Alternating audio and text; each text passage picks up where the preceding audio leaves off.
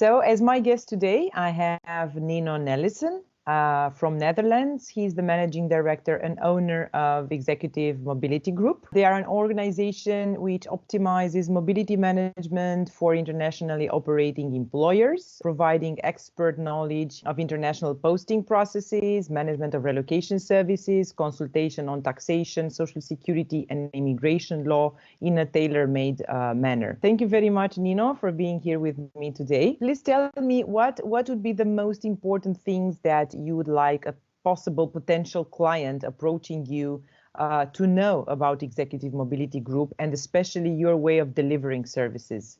Yeah, I think the key element where we want to make a difference is that we have not just the in-depth knowledge of the various areas that are relevant in international mobility.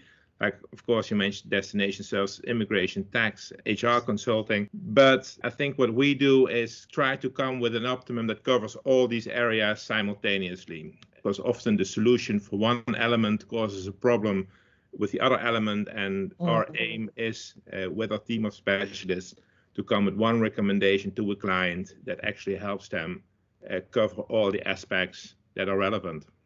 What would you say was the proudest moment in your career so far? Yeah, it's you always have your little failures and successes, of course. But when I look back, I think that what I'm quite proud of in my career is to look at my company, see where it's at right now, also, or even in these times, a stable, growing, financially sound business where people like to work. Where they have fun in what they do. And it's a little thing that you might take for granted every day, but looking back, I think it's also good. It's a pretty big achievement. And the opposite question would be, what was one of your biggest failures, let's say, something that didn't turn out as you planned? Yeah. And what was the lesson learned out of that example? I think that when I look at a failure that turned out to be a good lesson as well, is maybe something that happened in my first or second year in my career when I was a tax lawyer, working on a specific case where you think that tax is the world, and we really went absolutely in depth. It was very good advice from a tax point of view that we gave, but it lacked the reality check. So in the end, you learned that giving the nice tax story is not what it was all about. And given the amount of efforts that you spent in creating that, I think it was a failure that was also a big lesson.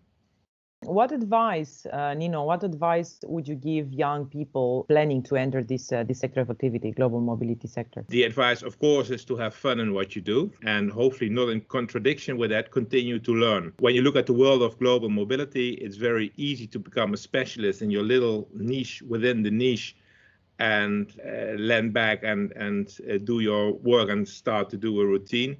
But I think you have to challenge yourself to learn more, tap into unknown territories and grow and continue to grow. And that's, I think, the most important characteristic that you should have. You should always be willing to learn in this business.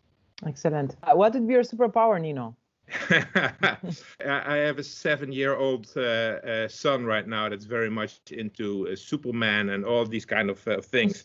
So when you look at superpowers, I look at something that would be within that scope. And I have to disappoint you. I have no superpowers in that area. But I think one of the things that I want to do and that I'm pretty good at also is to make complicated things, or to explain complicated things in a simple way. I think when you don't master the content, it's very difficult to summarize things for someone and to tell them exactly what you think they should be doing and why. And I think what I'm good at is to make complicated matters easy to understand for others. Even the text matters. Even the text matters, yeah. Because in the end, it's not that complicated. Nino, aside from your smartphone, what other gadgets you can't live without? It's easy to mention an iPad then, or a computer, or stuff that you need for your day-to-day work. But I'm not that much of a gadget person. But I must say there's one thing that we are, as a family, we're on the road quite a bit. And one of the things that we always take with us is a little very accurate electric scale. And there's a very strange reason maybe behind it, but I have a daughter with a disability that is now under some new medication that we have to weigh ourselves. And she needs to get 8.2 grams exactly 4 times in a day. So having a little scale is something that is very useful then. And so when we do look at gadgets, that might be as far as it gets when I cannot include a mobile phone or computer or iPad. Super. Thank you very much, Nino. Thank you.